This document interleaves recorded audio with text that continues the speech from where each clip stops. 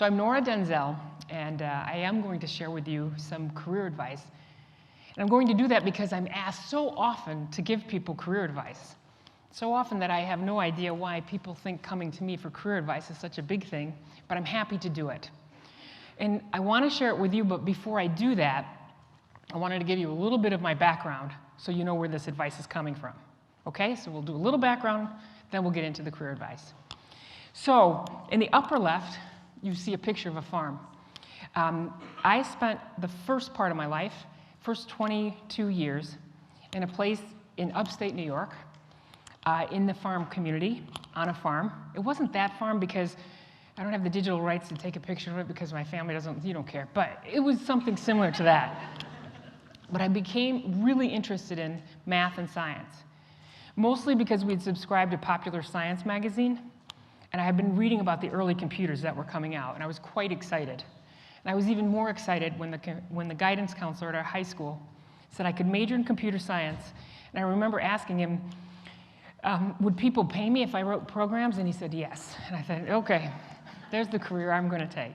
So I majored in computer science in a school in upstate New York.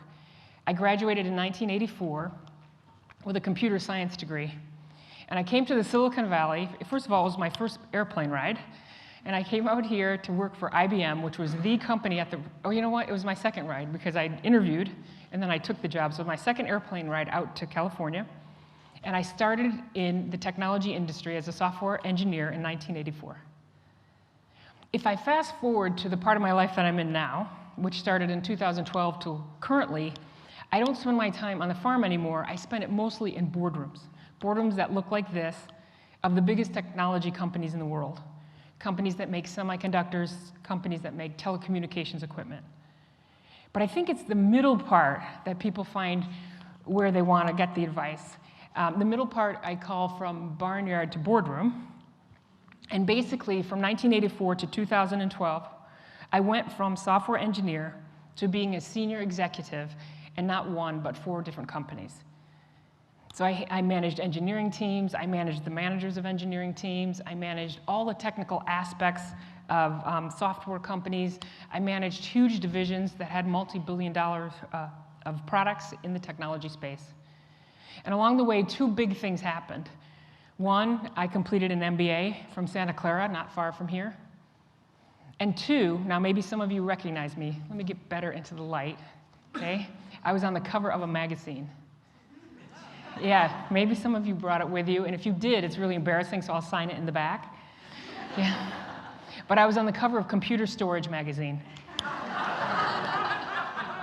Okay, not quite the reaction I was thinking, but that's okay. But I will tell you, when I told my mom I was on the cover of a magazine, she did say, "What magazine?" And I said, "Computer Magazine." And she asked 2 more, Computer Storage Magazine, she asked 2 more questions. First one was, is there really a computer storage magazine? So if you're like her, the answer is yes, there is. And then her second question is, well, then who would read it? So we had a different kind of mother than you do today. We didn't have the hovercrafts that you have. One of my friends calls her mother her smother because of how involved her mother is with her life. My mother was not that involved. It could be I was 3,000 miles away at the time. So 1984 to 2012, 4 different companies, senior executive level, and then went on to be on corporate boards.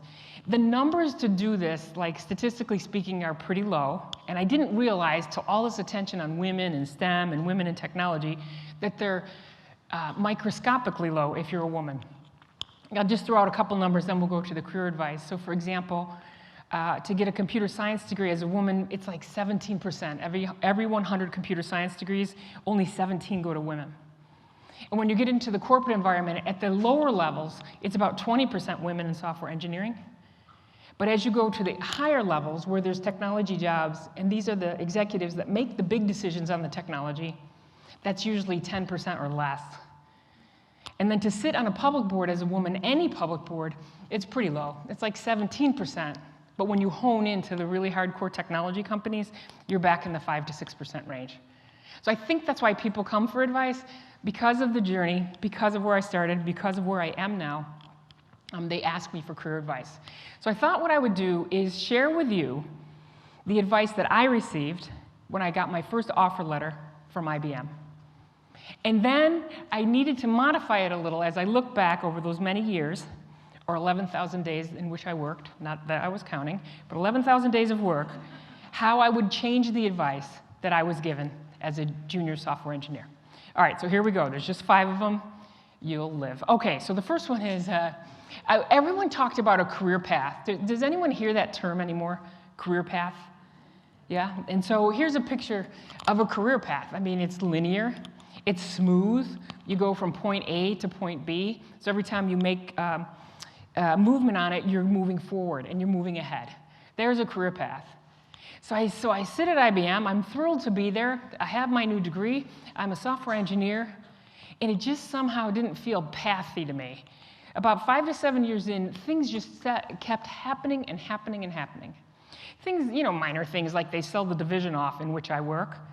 I come to California knowing no one except the one person that hired me at IBM, and within 6 weeks, he leaves the 400,000 person company to me to try to find other people. Not only that he has a vested interest in my success, he's no longer there. The key project I'm on gets canceled. Later in my career, we merged with another huge company. It was a thermonuclear merger. There was a proxy war which put our company in the headlines for over 9 months. I've been through CEO sex scandals where I was neither the CEO nor the person he was having the sex scandal with. So I thought to myself, everyone else has a path. It seems smooth and linear. And I realized it ain't working for me. And then I thought, if I changed my mindset, perhaps it would feel differently.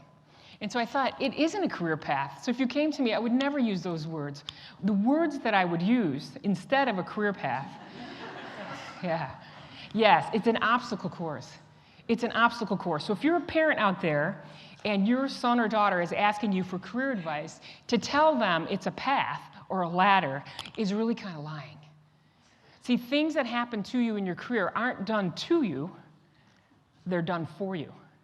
And it was during those times that I learned the absolute most. When I was out here in the bubble, I've been here forever, since '84, and we had a bubble. I don't know if you remember it. We just need one other one, just another one, please.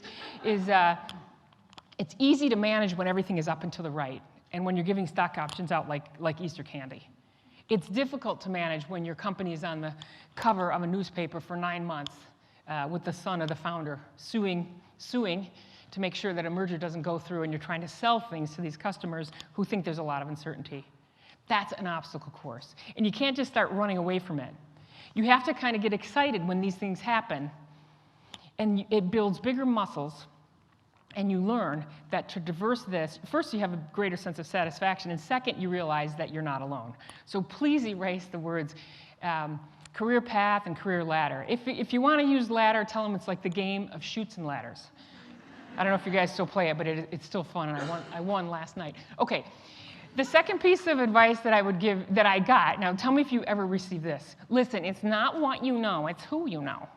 And they say it just like that, so I was just kind of, they say it just like that. You've heard that one. So it's not what you know, it's who you know. So I'm like, well, that's easy.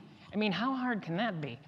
So I was that person. You know that person. If I took a class and you were next to me, hi, I'm Nora. If you sat next to me on a plane, yep, I was that person, blocking the bathroom and introducing myself, right? I said used to. I don't do that anymore. So if you see me on Southwest, I am not going to do that, I promised. Because I had done that, I met so many people. And then I just sat next to my telephone. Now, there were all landlines in those days, so I'm sitting in a room by a landline, and I'm waiting for job offers and for everything that everyone promised me. If I knew a lot of people, then I would get a better job. And nothing happened. Nothing happened except I was the obnoxious one at the site. And so I realized they don't know much about me, that I've been on the cover of Computer Storage Magazine, perhaps, that I know a little bit about moving data storage around large storage devices. They don't know that I'd be interested in an international assignment should one come up. I wouldn't view it as a hardship. I think it'd be fun to live in another country. They don't know that. All they do is they know me because I introduced myself. So I would never tell someone, it's not what you know, it's who you know. I wouldn't say that. I would change this advice. And what the advice I would give you would say, it's not what you know or who you know. It's who knows what you know. It's not what you know, and it's not who you know. It's who knows what you know. This is the ticket. This is the ticket. And it's really funny, in an engineering environment, this happens to be a poster session when you're in software engineering and other hard science disciplines. We go to different technology conferences and then present our work.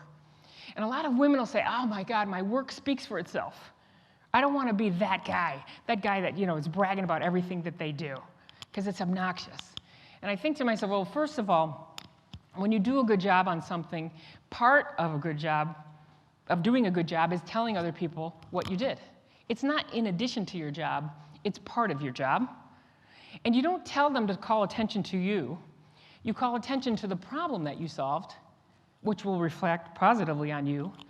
And they're interested because they want to reduce their learning curves. We want a lot of invention out here. We don't want reinvention every 10 minutes. If somebody's invented something, it's important they talk to others about it, so then people don't reinvent it, and we can go faster in high tech. So you want to make sure people know what you know. And once they do, not only what you're capable of, but also what your hopes and dreams are, that's when the phone rings, and that's when you get different kinds of interesting offers. So it's not what you know or who you know, it's who knows what you know. The third piece of advice I got from my mother. You remember her? She's wonderful. She's wonderful, by the way. Can she hear? I don't know. And she says to me, you know what? This is what lasted through my career. I said, what is it? She said, always tell the truth, Nora. Always tell the truth. And it kind of bothered me because I was 22 at the time. Except for that small period between 6 and 7 years old, I hadn't lied a lot in a long time. So I'm thinking, that's odd she'd tell me to always tell the truth. But I trust her. She's had a career. She's smart. I will do that. And I even took it one step farther, thinking that in a technology company, it's much like the court of law. You tell the truth, the whole truth, nothing but the truth. How could that get me in any trouble? How could this be wrong? This is like motherhood, it was, and apple pie. So when asked a question, I answered it as truthfully as I could. Are we going to ship on time? And I would take them through the whole regalia of where we were in the testing cycle and the probabilities, et cetera. And it wasn't until one day when I was in a senior executive's office that I got the best advice around always telling the truth. You see, he asked me if I pictured myself as a senior executive in the IBM company. And remember, IBM has 400,000 people, and it's a colossal, it might be the biggest company behind the oil companies of its time. And when he said that, my head kind of exploded, and it exploded because I'm thinking, from a farm, I don't really have career goals other than to pay off my school loans, not really sure, but I thought I better tell him the truth. You can't lie, right? Tell the truth. So I just began to empty the contents of my head out on his desk. Think of it like when you go swimming and you get water trapped in your ear. So I first started with my left ear, and I started just spitting out things such as, do you really see promise in me? You mean a senior executive? Does that mean I'd have to move? And I just kept hitting my other ear as the contents of my head came out. Oh, and I wasn't done. I had the other ear to go through. So then I said, well, will that be a move? And what if I'm married? And if I'm married and we had kids and not a nanny, wouldn't that be really hard? And what if my husband's job meant he needed to be in another city? Now remember, I'm 23 and I'm not dating. So there they go. But that was the truth. I mean, that was my truth. I was told, you tell the truth, the whole truth, and nothing but the truth. So Lynn did two things for me that day. The first thing he did is he sat there as patient as anyone can be. I think he deserves an award for that. Quiet as a mouse, didn't interrupt. And he says to me, Nora, I'd like to give you some feedback. And then I thought, that's an odd comment right now. I thought back to the farm. Whenever something uncertain was going to happen on the farm that didn't sound so good, we had a saying, and maybe you say it here in Los Gatos as well. You say, wow, that's kind of like frying bacon when you're naked. You know it's going to hurt, you just don't know where. I guess you don't say that. You don't say that here? Okay. All right, we'll try to get more. We'll do a math joke in a minute, and that was. You really don't say that. Okay. Well, upstate New York. Well, never mind. You don't know. So he was quiet. I want to offer you some feedback. I'll just skip over the bacon. And I just sat there quietly. And he says, we like you, and we love that you have so much integrity and honesty. And he says, always tell the truth. but just not so much of it. So this one, if you're going to relate it to someone else, you need to be careful. I am so not saying to lie. I'm not saying to lie at all. What I'm saying is, before you empty the contents of your head on someone's desk, ask yourself 3 questions. Does this need to be said? Does it need to be said right now? And does it need to be said right now by me? And if the answer to at least 1 of 3 of these are no, you want to not say it. It doesn't mean they're not true, and it doesn't mean you're not thinking it. But what it does is every time you speak in a corporate environment, or post on Facebook, by the way, or tweet, or whatever it is you're doing that I don't want to know about that are hidden on applications on your phone, not my business, but whatever it is you're doing sends out a press release about you and your capabilities. I see this always tell the truth and not so much of it typically when I give a compliment. When I give a compliment to someone, I'm really saying, hey, I think you're competent. That was a great presentation to the physics professor that we just saw. Some people will tell the truth and say thank you. And maybe he'd say, I'm glad you enjoyed it. Others, it's unbelievable in the workplace. They will say, really? You like that? I just put it together last night. That Lord of the Rings clip, it wasn't really real. I had to doctor it up, and that, it didn't really work right. And one of the things didn't come off the way I wanted. The music wasn't just right. So that's about telling the truth, but too much of it. I already accused him of being competent and actually very interesting. Is it important right this minute that he tried to talk me out of it? I noticed it also when giving new assignments. We were on an engineering project, and it wasn't selling. And even though we were in engineering, we knew that if it didn't sell, eventually all of us, from sales and marketing all the way back to the product, wouldn't be needed if the product doesn't sell. So I assigned to 2 of my best people. One happened to be female, one happened to be male.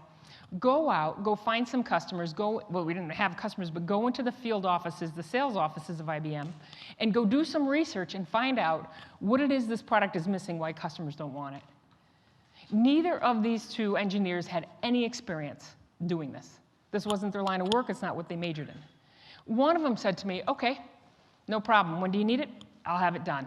The other said, oh my God, you're asking me? I don't know anything about sales. I don't know, do you think I could actually do this? How would I go to see sales? What should I do? I felt so much more confident giving the assignment to the other person than to the one that emptied her head out on my desk when I did that. So be very, very careful. Think to yourself, everything I say is a press release. Ask yourself those 3 questions, and make sure you know everything you say can and will be used against you later in your career. Believe me, you got lots of enemies out there. You might as well not fill the lines with things that you're saying. The next piece of advice I got was about failure and success. Failure, it was considered in the day, was the opposite of success. And so what did this mean in your career? What it meant was, okay, you're evaluating 2 job offers. One company's not funded yet, or maybe has the A round or some angels. One company's well-funded. Or you're in a big company, and this one's a strategic, and it's on the vice president's list, and he talks about it all the time. And this one isn't strategic, but it may become so later. And so what it said was, avoid failure at all costs. So just like when you're trying to cross like a river, and there's rocks in it, you try to pick the safest places to go, so you, in your career, won't be associated with many failures. And I tried to do that, and I realized I can't pick which projects are going to be outsourced to another country. Typically, your upper management doesn't tell you when they're trying to sell your division while you're working in it. It's probably a bad career move to say, hey, we're going to sell you off as soon as we can, so keep up the hard work. That's not, they don't teach them that in management school. They want the division to be doing the absolute best before they sell it. So I learned that failure was the opposite of success, and I was playing not to lose rather than playing to win. And then I had a colossal failure. I staked my career on this. You see, we had a product that worked really well on one operating system, and I was leading the charge to port it to another operating system so it would work in that environment as well. It was strategic, it was well-funded, and I was the leader. I was writing my own magazine articles in Computer Storage Magazine about what it was going to be like. And it was a colossal failure. What happened was, once we got it over there, none of the customers wanted it. We'd never talked to the customers first. Oops. We didn't have the internet, so I think at least I can blame it on that. But I own it, and the buck does stop here. So this is when I learned that failure is not the opposite of success. What I learned was failure is not only the opposite of success, it's part of success.